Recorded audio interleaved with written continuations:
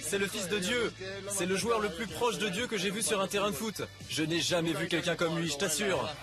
Le fils de Dieu repart en conquête, une conquête permanente, de buts, de titres. Il n'est jamais rassasié. Pourtant, à 31 ans, Cristiano Ronaldo vient de gravir un nouveau sommet, un de plus, en soulevant cet été son premier trophée international, le championnat d'Europe avec le Portugal, quelques semaines seulement après la Ligue des Champions avec le Real.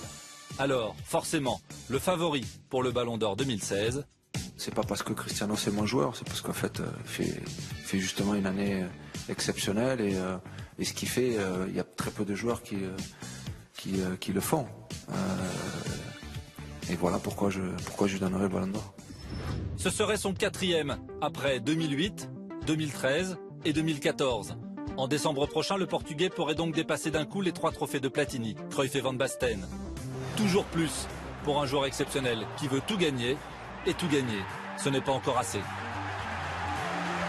Je le trouve égal à lui-même, toujours concentré dans ses objectifs de performance et son envie de toujours faire plus. Il a toujours cette même envie, cette même niaque. Il a toujours envie de gagner, de continuer à faire mieux et à améliorer ses performances. S'il y a un mot à dire, c'est sa motivation, qui est, pas dire pas normale, mais bon, qui n'est pas donnée à tout le monde. Donc moi je pense que c'est sa grande force. Peut-être 4 ballons d'or, dont 3 avec le maillot du Real Madrid. Jamais un joueur du Real n'aura autant régné sur la planète football. Le peuple merengue tient son héros majeur. Si ça ne tenait qu'à moi, je créerais une rue à son nom à Madrid. Cristiano, c'est le patrimoine du Real Madrid. À la fin de sa carrière, il faut qu'on donne son nom au stade. Ah, carrément au stade? Oui, stade Cristiano Ronaldo, ça sonne bien. Un stade à son nom? Et pourquoi pas une île, son île natale, Madère, à 1000 km de Lisbonne. Il y a déjà une statue, son musée, son hôtel, une place à son nom et même l'aéroport de la ville de Funchal, rebaptisé Cristiano Ronaldo quelques jours après la victoire à l'Euro. Mais là-bas, il est toujours le petit Cristiano, qui tient à garder le contact avec sa terre, là où s'est forgée la légende.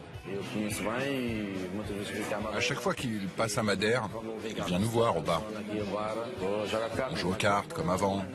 Mais il déteste toujours autant perdre. Cela le rend furieux. Il ne peut pas perdre. Ah non, ça c'est pas possible. Celui qui a remporté un Euro, 3 Ligues des Champions et peut-être un 4e Ballon d'Or, a débuté ici, dans ce petit club modeste, un peu vieillot. J'ai joué avec Cristiano, on avait 8-9 ans. Et à chaque fois qu'il revient, même si on ne s'est pas vu pendant plusieurs années, il se souvient de mon nom et cela me surprend toujours. Le club où l'un des plus grands joueurs de l'histoire a tapé ses premiers ballons aurait pourtant pu finir en cendres, comme une partie de l'île de Madère il y a quelques semaines. Cet été, des incendies ont ravagé une partie de Madère. Très vite, Cristiano Ronaldo a proposé de nous aider en donnant beaucoup d'argent, en nous aidant financièrement. Il fait énormément pour Madère, mais il ne veut pas que cela se sache. Ronaldo, toujours plus de buts, de titres et de générosité. Il a une face cachée, méconnue.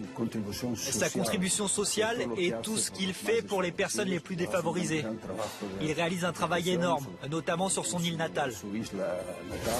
Il y a 10 jours, Ronaldo a disputé son 350e match officiel avec le Real. Insatiable, le meilleur buteur de l'histoire de la Ligue des Champions. Il repart en chasse vers de nouveaux records. Le musée de Funchal peut se préparer à faire un peu de place dans les vitrines déjà garnies. Dès ce mois de décembre, avec certainement un 4e Ballon d'Or.